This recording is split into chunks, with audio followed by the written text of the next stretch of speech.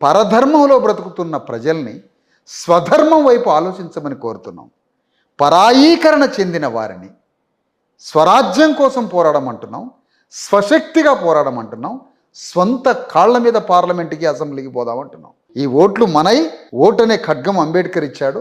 ఆ ఖడ్గంతో వారు చేస్తే నువ్వు రాజ్యానికి రావచ్చు, ఒకప్పుడు నువ్వు కూడా క్షత్రియుడివే, ఈ భూమండలాన్ని పరిపాలించిన వాడివి అని చెబుతూ మాకు సంబంధించిన సామాజిక వర్గాల్లో మహనీయులు ఉన్నారు.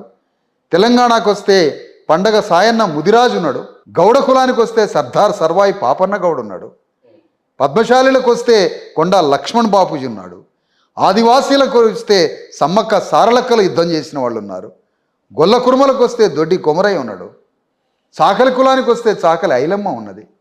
ఇట్లా ఒక్కొక్క విషయాన్ని చెప్పుకుంటూ మా ఆత్మగౌరవాన్ని నిర్మించుకుంటూ, మా స్వశక్తి జ్ఞానాన్ని నిర్మించుకుంటూ